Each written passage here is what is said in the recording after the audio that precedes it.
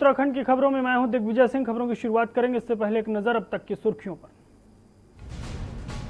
Party कार्यकर्ताओं की बैठक में मुख्यमंत्री ने सुनी समस्याएं। मुख्यमंत्री ने कहा, बिना भेदभाव के काम कर रही है प्रदेश सरकार। कल से लागू होंगे नए दिशा निर्देश, सभी के लिए रजिस्ट्रेशन जरूरी। सीमावर्ती जिलों के बस अड्डों पर होंगे एंटीजन टेस्ट। उच्च शिक्षा मंत्री का नैनीताल दौरा, अधिकारियों कर्मचारियों के साथ की बैठक। कुमाऊं विश्वविद्यालय के प्रशासनिक भवन में हुई बैठक। डोईवाला में 4 लेन के निर्माण कार्य ने पकड़ी तेजी, 31 अक्टूबर तक निर्माण पूरा होने की उम्मीद। कोरोना काल के कारण निर्माण कार्य हो गया था प्रभावित। केदारनाथ आपदा में लापता नर कंकालों की ढूंढ खोज, लापता 4 लोगों के नर कंकाल जंगलों से बरामद। डीएनए सैंपल के बाद होगा अंतिम संस्कार। और उत्तराखंड में लगातार जारी कोरोना का कहर, कोरोना के रिकॉर्ड 2078 मामले, 40,000 के पार आंकड़ा। आप देख रहे हैं के न्यूज, खबरों का सारथी।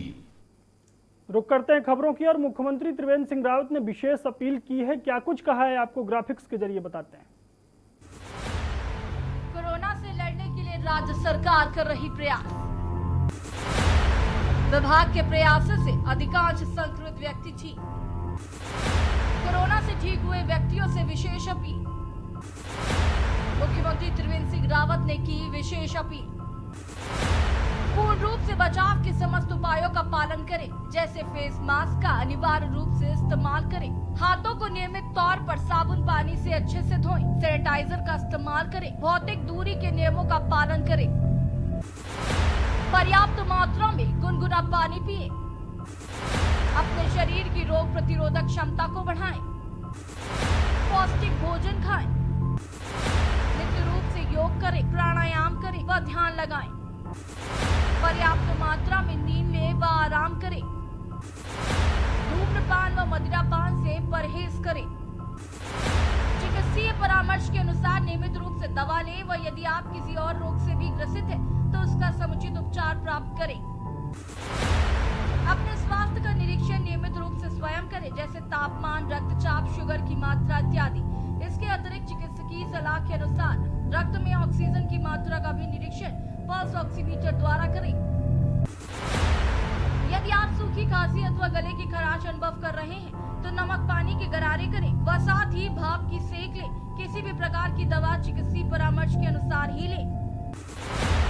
किसी भी प्रकार के खतरे के लक्षणों पर नजर रखें, जैसे तेज बुखार, सांस लेने में तकलीफ, शरीर में ऑक्सीजन की मात्रा में गिरावट, छाती में दर्द, उलझन अथवा शरीर के किसी हिस्से में कमजोरी महसूस करना। इनमें से किसी भी खतरे के लक्षण के अनुभव होने पर शीघ्र ही चिकित्सकीय सलाह लें। समुदाय के स्तर पर कोरोना रोग से ठीक होने के उपरांत अपने अच्छे अनुभव और अपने मित्रों, रिश्तेदारों, समुदाय के लोगों से साझा करें, ताकि समुदाय में कोरोना रोग को लेकर भ्रांतियों को फैलने से रोका जा सके। यदि आप मानसिक तनाव महसूस कर रहे हैं तो अपने मित्रों व रिश्तेदारों से बात करें अथवा काउंसलर व चिकित्सक से सलाह लें। भौतिक दूरी के नियमों का पालन करते हुए अन्य लोगों के साथ नियमित रूप से योगा, प्राणायाम व ध्यान करें। चिकित्सालय स्तर पर कोरोना रोग से ठीक होने के पश्चात 7 दिन के उपरांत अपने चिकित्सक को फॉलो अप विजिट के रूप में दूरभाष के माध्यम से अपनी स्थिति से अवगत कराएं अथवा आवश्यकता पड़ने पर समस्त सावधानी के साथ फॉलो अप विजिट करें। यदि आपके लक्षण ठीक न हो रहे हो तो शीघ्र अतिशीघ्र चिकित्सीय परामर्श लें।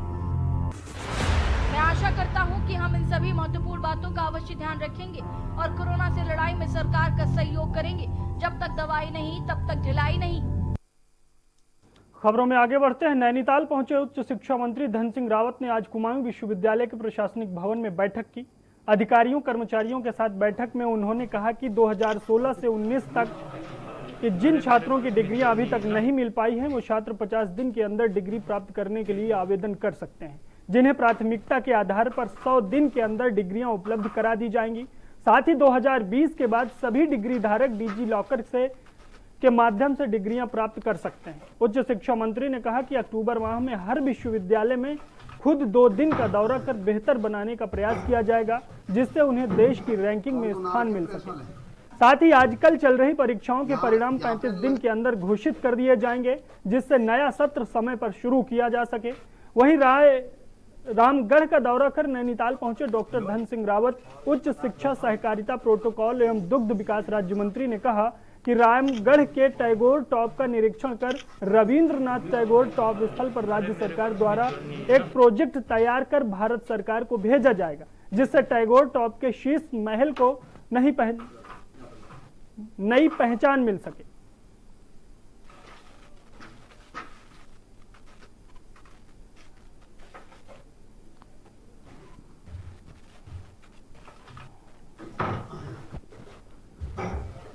मैं अपने मुख्यमंत्री जी का धन्यवाद देना चाहता हूं कि कुमाऊं विश्वविद्यालय में एक बड़ा काम ये हो गया है कि अब शोभन सिंह जिना नया विश्वविद्यालय बन गया है। जो हमारा यूसेट की परीक्षाएं होती थी उसको हम अब नए सत्र से फिर शुरू करेंगे। 2-2 दिन का दौरा मैं करने वाला हूं अक्टूबर में, और उसमें विश्वविद्यालयों को कैसे हम देश की रैंकिंग में लाएंगे इस पे व्यापक चर्चा की जाएगी। देखिए, रामगढ़ में रविन्द्रनाथ टैगोर जी वहाँ आए थे और वो वहाँ रुके थे। मैं उनके उस स्थान पे देखने गया था और हमारी सरकार वहाँ के लिए कुछ न कुछ एक बड़ा प्रोजेक्ट लाने का हम प्रस्ताव भारत सरकार को भेज रहे हैं। रामगढ़ में मैंने कल लगभग सैकड़ों किसानों को 1 लाख रुपए, 3 लाख रुपए और 5 लाख रुपए जो हम बिना ब्याज के दे रहे हैं किसानों को, ये वितरित किए हैं। और कुछ जो सेब के बगीचे वहाँ पे किसान लोग लगा रहे हैं उनका भी मैं भ्रमण करके आया हूँ। हम स्वरोजगार के लिए इस समय लाखों लोगों को प्रेरित कर रहे हैं कि वो स्वरोजगार करें और सरकार उसके लिए 90% सब्सिडी दे रही है। कोरोना संक्रमण के बढ़ते मामलों के बीच उत्तराखंड सरकार ने बाहर से आने वाले व्यक्तियों और पर्यटकों के लिए नए आदेश जारी किए हैं। इन आदेशों के तहत उत्तराखंड आने वाले पर्यटकों को अब होटल या होम स्टे में कम से कम 2 रात की बुकिंग करानी जरूरी होगी।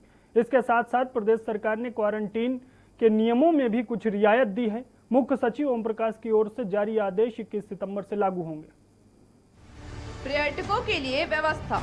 बाहर से जो भी पर्यटक आएगा उसे स्मार्ट सिटी की वेबसाइट पर पंजीकरण कराना होगा। होटल व होम स्टे में 2 रात की बुकिंग अनिवार्य है। पर्यटक को अपने साथ 4 दिन तक का RT-PCR, TrueNat, CBNST antigen test negative report लेकर आनी होगी। इसे पंजीकरण के समय वेबसाइट पर अपलोड कराना होगा। अगर उनके पास कोविड टेस्ट रिपोर्ट नहीं है तो border check post, airport, railway station आदि में उन्हें पेड एंटीजन टेस्ट कराना होगा या भारतीय चिकित्सा अनुसंधान परिषद की मान्यता प्राप्त टेस्टिंग लैब से एंटीजन टेस्ट करा सकते हैं। होटल के लिए यह भी सुविधा होगी कि वे प्राइवेट कोविड टेस्ट सुविधा से भुगतान के आधार पर पर्यटकों का कोविड टेस्ट करा सकेंगे। होटल प्रबंधन को यह सुनिश्चित करना होगा कि पर्यटकों का चेक इन से पहले कोविड टेस्ट हो जाए। एक जिले दूसरे जिले में जाने के लिए स्मार्ट सिटी के वेबसाइट पर पंजीकरण कराना होगा। डोईवाला में बन रहा बाईपास 4 लेन हाईवे का निर्माण कार्य एक बार फिर से तेज गति पकड़ने लगा है। कोरोना काल के कारण यह निर्माण कार्य काफी ज्यादा प्रभावित हो गया था, लेकिन अब निर्माण दायी संस्था के अधिकारियों ने बताया कि 31 अक्टूबर तक 4 लेन और बाईपास, फ्लाईओवर और ओवरब्रिज का काम पूरा कर लिया जाएगा। एक रिपोर्ट देखिए।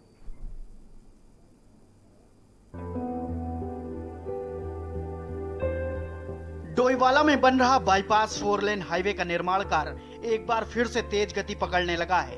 कोरोना काल के कारण यह निर्माण कार्य काफी ज्यादा प्रभावित हो गया था, लेकिन अब निर्माण दायी संस्था के अधिकारियों ने बताया कि 31 अक्टूबर तक 4 लेन और बाईपास, फ्लाईओवर और ओवरब्रिज का काम पूरा कर लिया जाएगा।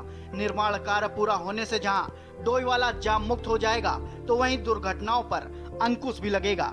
बता दें, देहरादून से मोहकमपुर से लाल तप्पड़ तक 22 किलोमीटर 4 लेन का निर्माण कार्य दायी संस्था एटलस कंपनी कर रही है।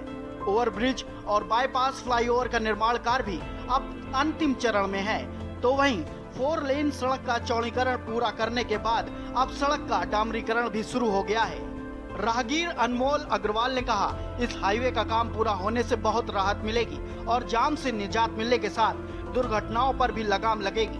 नेशनल हाईवे बनने से हमारे डोईवाला और आसपास के सभी क्षेत्र के लोगों को इसका बहुत ज़्यादा फायदा होगा। पिछले 15 से 20 वर्षों से कम लगभग 15 वर्षों के आसपास से ये नेशनल हाईवे का कार्य रुका पड़ा था और ये जगह जगह टूटा पड़ा हुआ था। इसमें कई दुर्घटनाएं हुई, कई लोग चोटिल हुए, कई लोगों की जानें गई और आज से पूर्व की जितनी भी सरकारें यहाँ आई इन्होंने इस विषय में कोई गंभीरता से काम नहीं किया और इस ओर नहीं ध्यान दिया। माननीय मुख्यमंत्री श्रीमान त्रिवेंद्र सिंह रावत जी के सौजन्य से उत्तराखंड में चारों ओर चहुमुखी विकास हो रहा है, इसे चल रहा है, बहुत अच्छा कार्य हो रहा है। इससे स्थानीय सब कुछ गुणवत्ता से पूर्ण रूप से हम संतुष्ट हैं।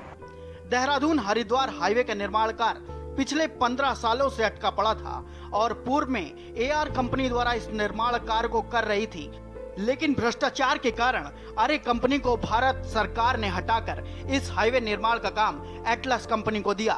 1.5 साल के भीतर ही एटलस कंपनी ने जहां इस निर्माण को पूरा कर लिया तो वहीं 31 अक्टूबर तक इस 4 लेन सड़क पर आवाजाही भी शुरू हो जाएगी।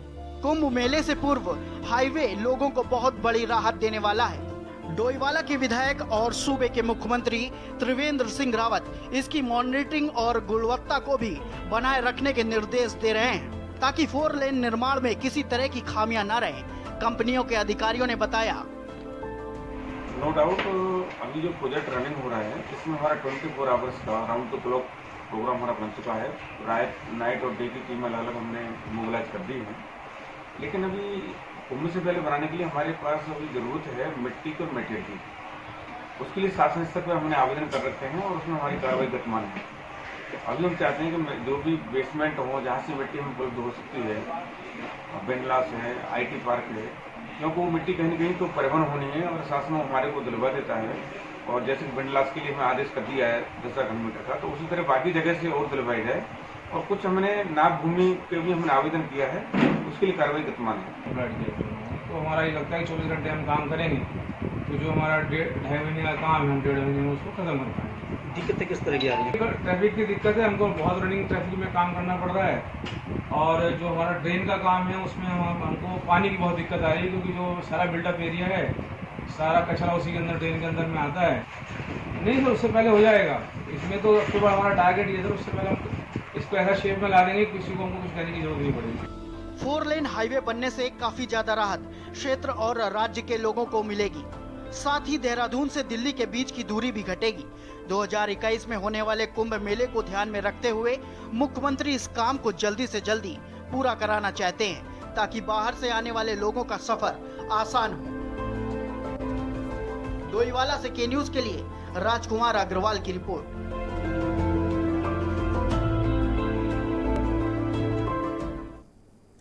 हल्द्वानी में सब राष्ट्रीय पल्स पोलियो अभियान का महिला चिकित्सालय हल्द्वानी में नवजात शिशुओं को पोलियो ड्रॉप पिलाकर जिलाधिकारी सविन बंसल द्वारा शुभारंभ किया गया।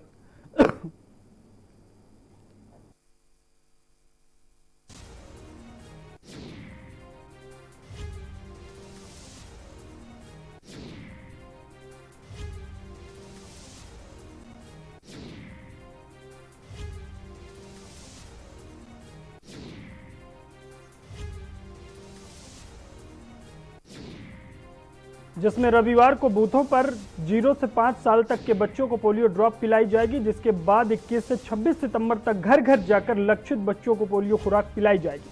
जिलाधिकारी सविन बंसल ने महिला चिकित्सालय में बच्चों को पोलियो खुराक पिलाकर अभियान का शुभारंभ किया। उन्होंने कहा कि बच्चों को पोलियो ड्रॉप पिलाने से पूर्व हाथों को अच्छी तरह से सैनिटाइज करें तथा सामाजिक दूरी भी विशेष ध्यान रखें। पोलियो अभियान में लगे सभी कर्मचारी मास्क का जरूर प्रयोग करें और साथ ही उन्होंने कहा कि पोलियो ड्रॉप पिलाने के लिए जो टीमें घर घर जाएंगी वो बच्चों के घर के बाहर सावधानियों के साथ ड्रॉप पिलाएंगी।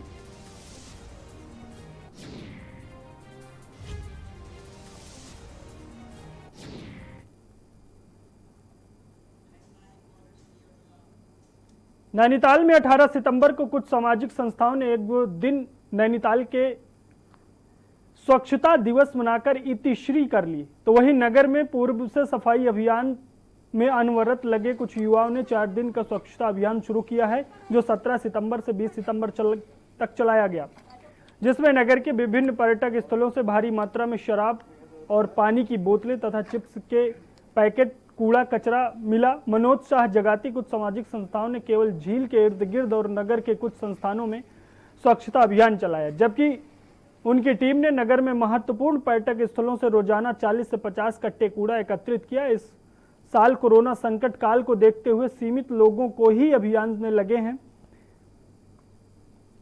मनोज ने बताया उनके पास अभियान से नगर के नागरिकों में जागरूक किया जाएगा, जिससे शहर स्वच्छता के क्षेत्र में विश्व मानचित्र पर शामिल कर सके।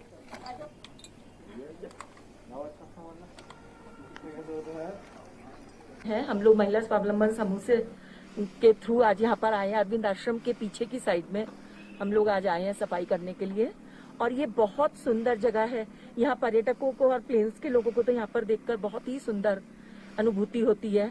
तो हम लोगों का कर्तव्य है, सभी पढ़े लिखे शिक्षित समाज का सबसे ज्यादा दायित्व बनता है कि हम अपने शहर को, अपने देश को हम लोग साफ रखें। नैनीताल के हमने विभिन्न क्षेत्रों से हमने कूड़ा निकाला है और हमने उन जगहों पे गया है जहाँ कोई नहीं जाता, खासकर उन जंगलों पे जो काफ़ी घने हैं और लोग पार्टी करने वहाँ जाते हैं। भारी मात्रा में हमने शराब की बोतल निकाली हैं और कई कट्टा कूड़ा हमने निकाला है। और आज हमारा लास्ट डे है, आज हमारा 20 तारीख है। हमने जो स्वच्छता अभियान चलाया था, नैनीताल स्वच्छता अभियान, हमने 4 दिन का चलाया था, 17 तारीख से 20 तारीख तक।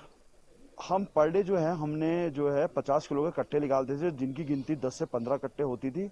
और साथ ही साथ हम सुबह हम लोग सफाई अभियान कर रहे थे और शाम को हम नैनीताल स्वच्छता दिवस पर पेड़ भी लगा रहे थे। और यहाँ पर वक्त एक ब्रेक का है, ब्रेक के बाद जल्द हाजिर होते हैं।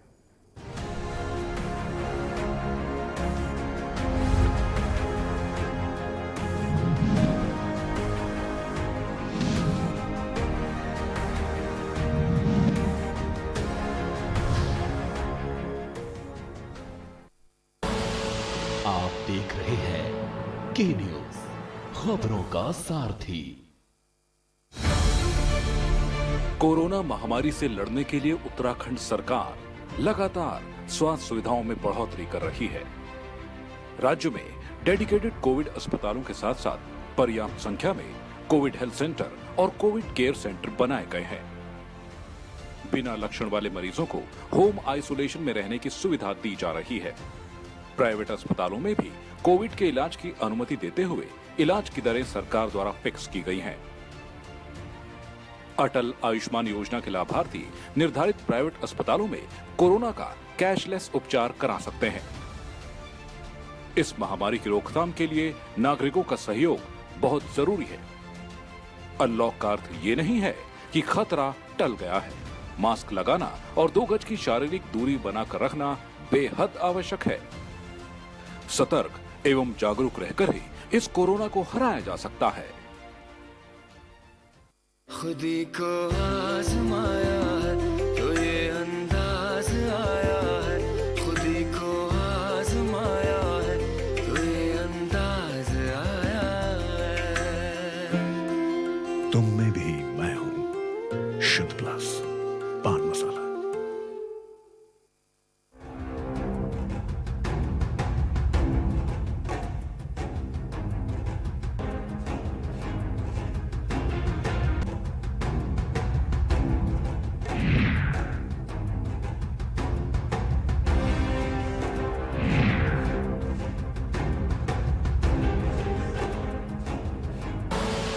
आप देख रहे हैं के न्यूज, खबरों का सारथी।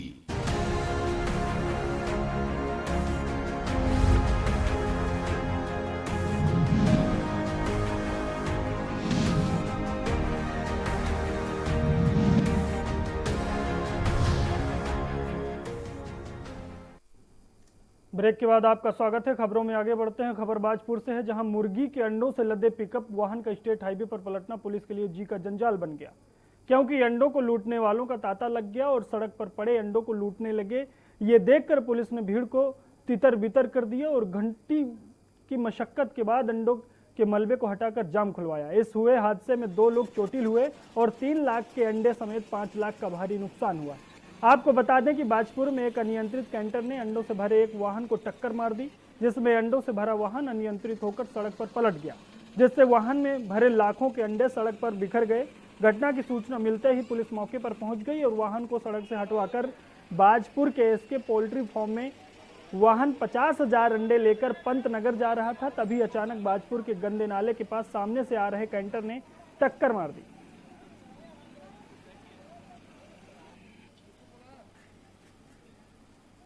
ये जो आपका ये छोटा ट्रक है, ये 3-3.5 लाख का जो माल है बाजपुर से पंतनगर ले जा रहा था। तो सामने से आते हुए डीसीएम को बचाने में जो भी ओवरटेक के जो भी था उसमें ये डिसबैलेंस हो गए, रोड पे पलट गया था, बीच रोड पे आ गया था, जिसे हमने स्थानीय लोगों की मदद से ट्रैक्टर और क्रेन की मदद से साइड हमने कर दिया है इसको। बाकी जो मालिक हैं जिनका माल है उन लोगों ने अपने जितना बचा हुआ था वो उठा लिया है। बाकी इसको अभी हम साफ सफाई करवाते हैं इसमें, ताकि लोग फिसले ना इसमें। ड्राइवर और जो को-कंडक्टर था उसको हल्की फुल्की चोटें हैं, ज़्यादा चोट कोई किसी की डेथ नहीं हुई। किसी तरह की कार्रवाई की मांग की गई है? अभी कोई कार्रवाई की मांग की नहीं है। बाजपुर में प्रधानमंत्री नरेंद्र मोदी के जन्म दिवस को सेवा सप्ताह के रूप में मनाते हुए कैबिनेट मंत्री यशपाल आर्य ने दिव्यांगों को उपकरण बांटे। इस दौरान कैबिनेट मंत्री ने देश के प्रधानमंत्री नरेंद्र मोदी की लंबी उम्र की कामना की। बता दें कि बाजपुर की धर्मशाला में प्रधानमंत्री नरेंद्र मोदी के जन्म दिवस को सेवा सप्ताह के रूप में मनाते हुए कार्यक्रम का आयोजन किया गया, जिसमें मुख्य अतिथि के रूप में पहुंचे कैबिनेट मंत्री यशपाल आर्य ने दर्जनों दिव्यांगों को जरूरी उपकरण वितरित किए और प्रधानमंत्री की लंबी उम्र की कामना की। इस दौरान कैबिनेट मंत्री यशपाल आर्य ने ध्वनि संबंधित 20 लोगों को श्रवण यंत्र, 12 व्हील चेयर, 14 ट्राई साइकिल और 25 लोगों को छड़ी और 15 लोगों को बैसाखी का वितरण किया। कार्यक्रम के दौरान कैबिनेट मंत्री यशपाल आर्य ने सभी लोगों को कोरोना वायरस से बचने की अपील की। इस दौरान यशपाल आर्य ने कहा कि जरूरतमंदों को जरूरी उपकरण वितरण करने से बड़ा कोई काम नहीं हो सकता।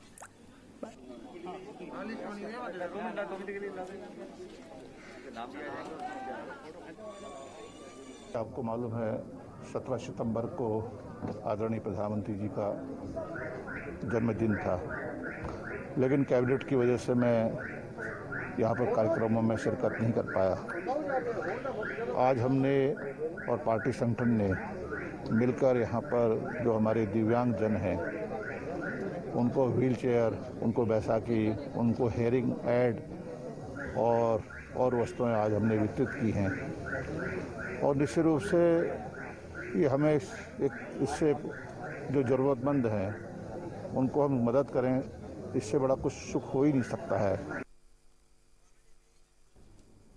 किच्छा के शांतिपुर क्षेत्र के गांधीनगर इलाके में शनिवार की शाम को उस समय हड़कंप मच गया जब एक अजगर जंगल से निकलकर आबादी वाले क्षेत्र में घुसने का प्रयास में था।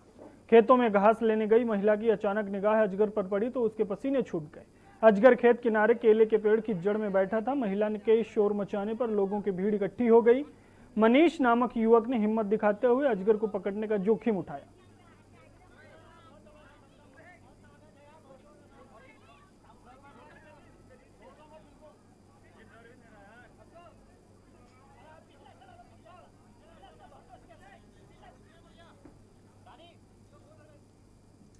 सोलह 17 जून 2013 की विनाशकारी केदारनाथ आपदा में लापता हुए 4 यात्रियों के नर कंकाल गौरी माई खर्क के जंगलों से बरामद किए गए। पुलिस ने चारों नर कंकालों का डीएनए लेकर पंचायतनामा भर दिया है और सोनप्रयाग में नर कंकालों का अंतिम संस्कार किया जाएगा। एक रिपोर्ट देखिए। केदारनाथ आपदा में लापता नर कंकालों की ढूंढ खोज। लापता 4 लोगों के नर कंकाल जंगलों से बरामद। 4 दिनों से चल रहा था जंगलों में सर्च अभियान। गौरी माई खर्क के जंगलों से बरामद हुए नर कंकाल। नर कंकालों का किया जाएगा अंतिम संस्कार। डीएनए सैंपल लेने के बाद सोनप्रयाग में अंतिम संस्कार।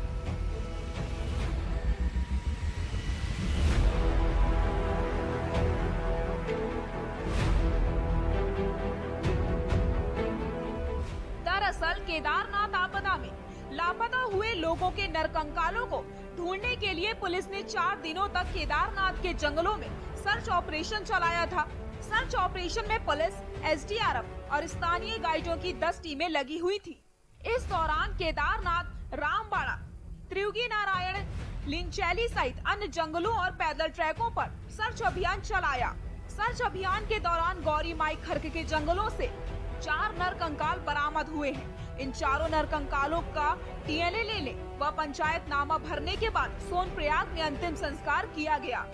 आपदा में कई लोग मारे गए थे जबकि कई यात्री गुमशुदा हैं। आपदा के समय यात्री जान बचाने के लिए जंगलों की ओर भागे थे, जहां भूख प्यास से यात्रियों ने दम तोड़ दिया था।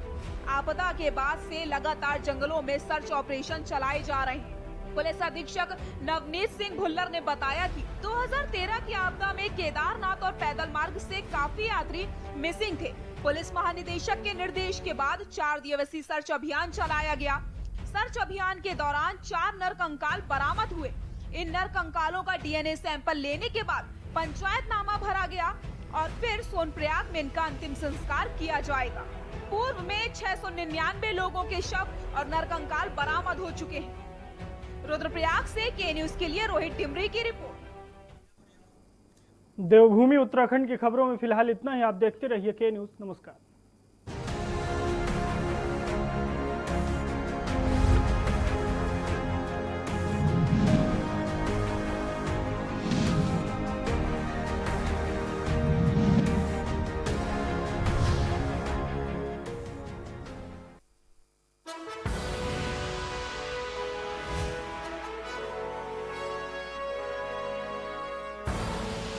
आप देख रहे हैं के न्यूज, खबरों का सारथी।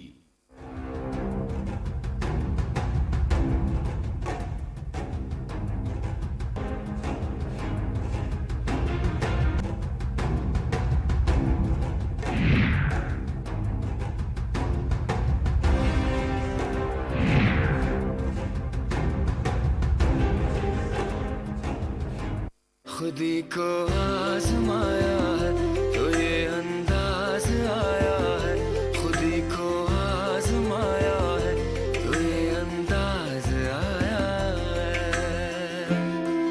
तुम में भी मैं हूं शुद्ध प्लस पान मसाला।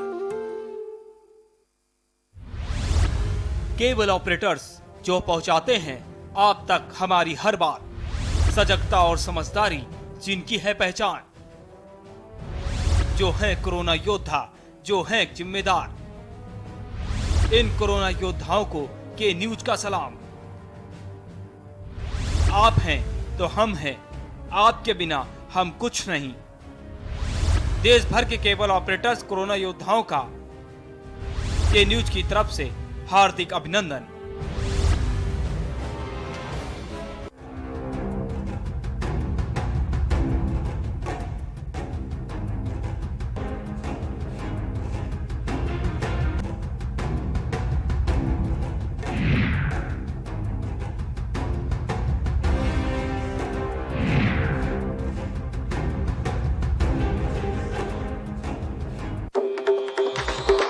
मिलेगा हर समस्या का समाधान। विवाह में बाधा, जीवन में वास्तु शास्त्र का प्रभाव, शिक्षा में ग्रह नक्षत्रों का प्रभाव, कारोबार में आने वाली हर बाधा का, जिंदगी में ग्रह नक्षत्रों का प्रभाव, नौकरी में बाधा। देखिए हर समस्या का समाधान लाइव विद आचार्य लंकेश।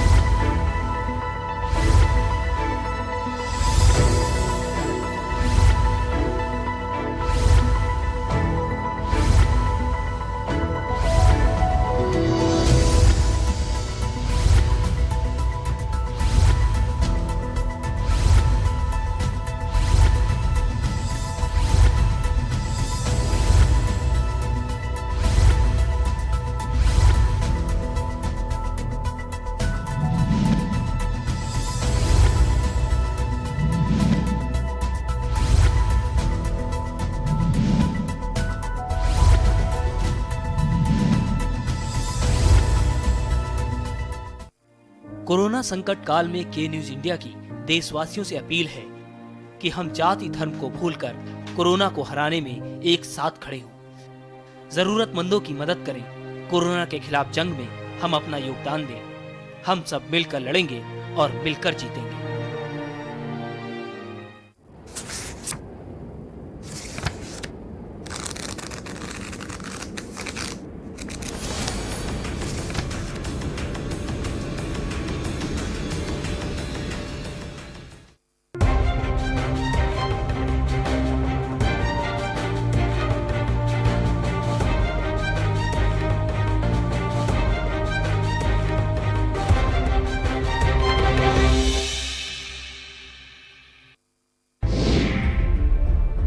क्या है भरण पोषण की परिभाषा?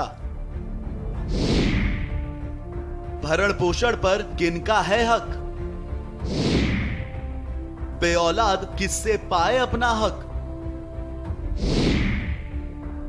भरण पोषण न करने पर क्या है दंड? भरण पोषण की क्या होगी राशि? बुजुर्गों का हक ऐते रख। कीजिए सवाल, जानिए अधिकार। 0512 239 0031 और 0512 239 0032। हमारी खास पेशकश वकील आपका में रविवार दोपहर 3 बजे सिर्फ के न्यूज इंडिया पर।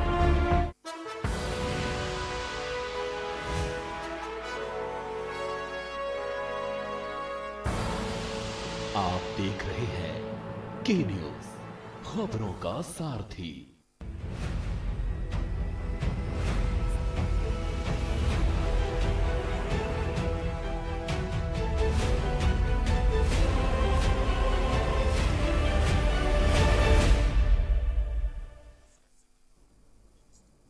नमस्कार, सूबा बोलेगा में आप सभी का स्वागत है। मैं हूं आपके साथ सृष्टि शुक्ला। सूबा बोलेगा में आज बात करेंगे कोरोना काल में सेहत से खिलवाड़ की।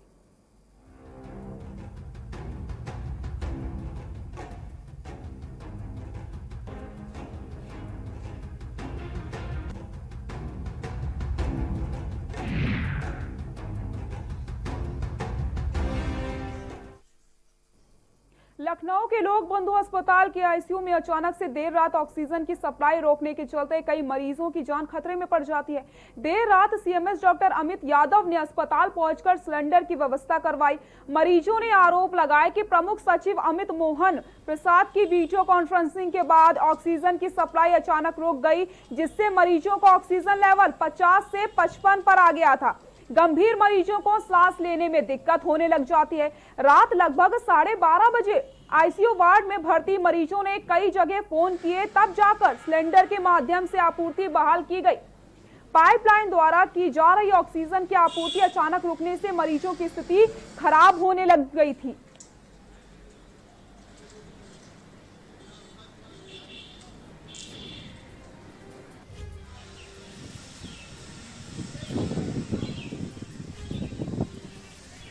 हमें जैसे ही कोई लक्षण आए हमें अपने आप को अपनी जांच करवानी है। जांच की व्यवस्था और इलाज की व्यवस्था निःशुल्क है।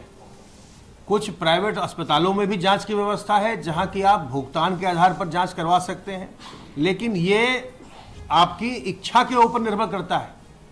किसी भी जनपद में अगर आप हैं, अगर आपको संक्रमण हुआ है तो आपको कोई जो कोविड कमांड सेंटर है या कोई भी सरकारी चिकित्सा विभाग का अधिकारी है आपको ये नहीं कह सकता कि आप प्राइवेट हॉस्पिटल में जाके भर्ती होइए।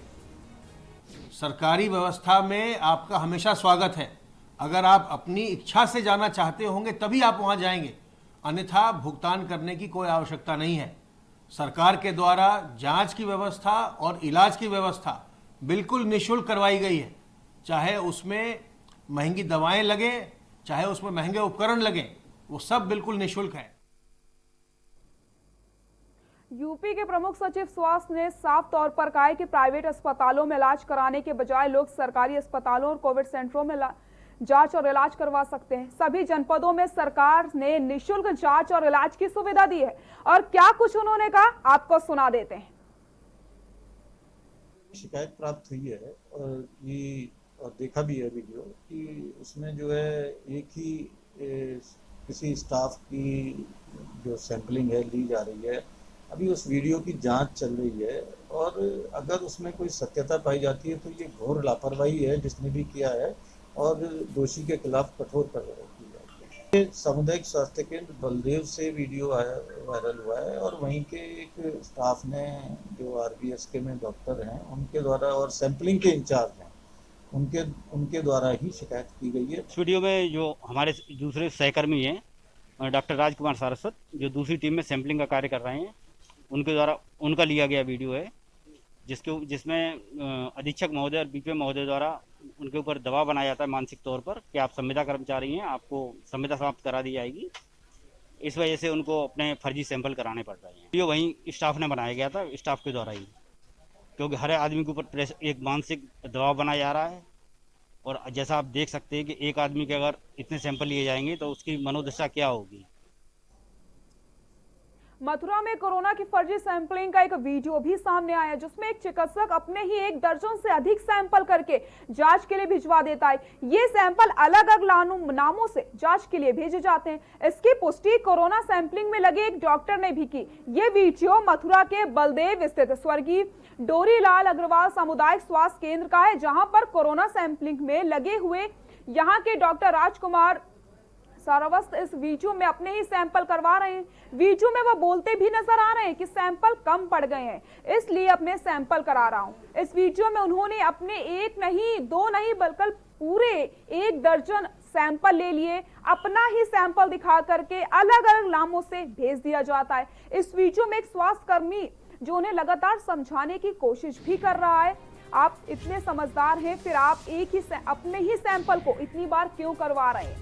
इससे आपकी नौकरी को भी खतरा हो सकता है। तो लगातार इस तरीके की घटना सामने आती चली जा रही। किस तरीके से इस कोरोना काल में सेहत से खिलवाड़ किया जा रहा है। आपदा को अवसर में बदलने की बात होती है, लेकिन ये जो आपदा इस समय चल रही है, ऐसे में जो प्राइवेट लैब्स हैं वहां पर लूट मार मची हुई है। हर जगह लूट की जा रही है। सैंपल्स, आप सोचिए, मथुरा से एक वीडियो ऐसा सामने आता है जहां पर एक डॉक्टर अपने ही सैंपल्स 1 दर्जन से ज्यादा बार भेज देता है अलग अलग नामों से। कितनी बड़ी लापरवाही यहां पर ये देखने को मिली है।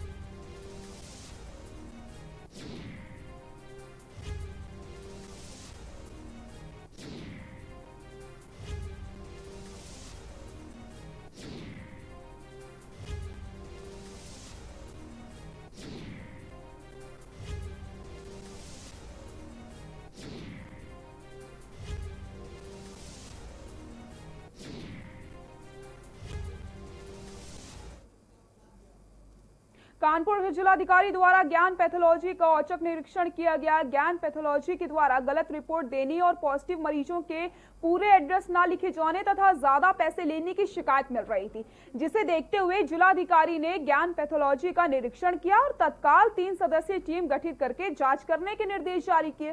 टीम में एजीएम सिटी एडिशनल सीएमओ द्वारा पिछले 3 दिनों में जिनकी भी पॉजिटिव रिपोर्ट आई थी, उन सभी मरीजों की क्रॉस जांच आरटीपीसीआर से की जाएगी। इसके साथ ही पिछले 3 दिनों में हुई जांचों में कितना पैसा लिया गया, इसके लिए उनके परिजनों के बयान भी लिए जाएंगे। यदि जांच में कमी मिलती है तो कार्रवाई की जाएगी। पिछले जो भी सैंपल पेंडिंग में है तथा अन्य जो सैंपल आज लिए गए हैं, उन सभी सैंपल को सरकारी पैथोलॉजी में भेजा जाएगा, जिसकी रिपोर्ट टीम द्वारा 2 दिनों में दी जाएगी। तब तक पैथोलॉजी को सीज करने के निर्देश जारी कर दिए गए हैं।